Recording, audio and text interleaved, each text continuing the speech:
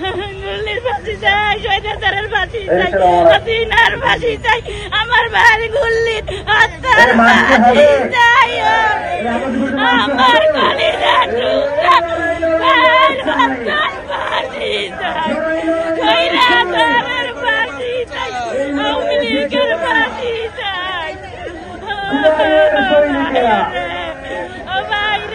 তোমরা সবাই একটা ভাই আছে, ভাইয়ের জন্য সরকারি চাকরির ব্যবস্থা করো।